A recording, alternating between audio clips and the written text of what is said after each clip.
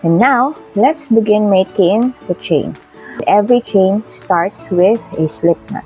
So we're going to make a slip knot first. Now, remember how to hold your yarn. First, it goes around the middle finger, then onto the index finger, and it will land on the middle finger to be held by the thumb.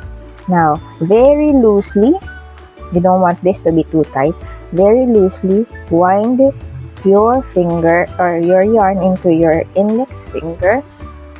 You should have two yarns or two strands of yarns on your index finger.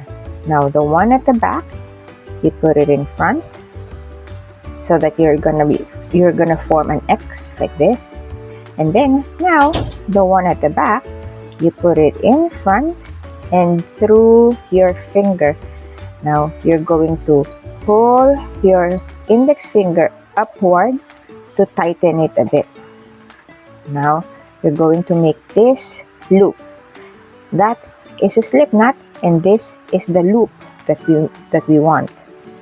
Now get your hook, hold it any way you want, in pencil grip or the knife grip, and then insert it onto that loop, and then remove it from your index finger, and then still not letting go of anything, put your index finger in here and tighten the loop. Okay, you want it not too tight but just right. And then let go of the tail end. So this is the tail end, the one that this one, the short one, is the tail end. Now hold on to that loop with your middle finger and thumb, and that is how you should be holding your yarn and hook when you are crocheting.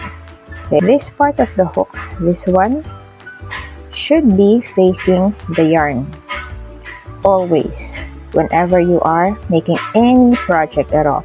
No matter if you're a beginner or an advanced or intermediate, it should be facing your yarn. Let's start making the chain. So remember the posture so that we can start making the chain. You're going to yarn over or put the yarn over the hook. So that's a term that you'll always be hearing, yarn over.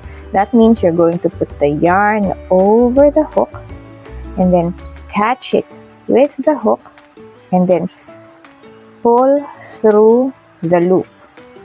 So very slowly now, in a different angle, I'm going to show you. So you yarn over and then pull through the loop. All right, one more time. Yarn over and then, looking at a different angle here, pull through the loop. And that's how you make a chain. When I was a beginner, my mom made me do 100 chains. When I was a beginner, you can go ahead, practice making the chains, make 100, 200 chains. As you may also want to get your crochet notebook if you have one, and put it on your crochet notebook just so you have a record of the very first chain or the very first best chains that you made.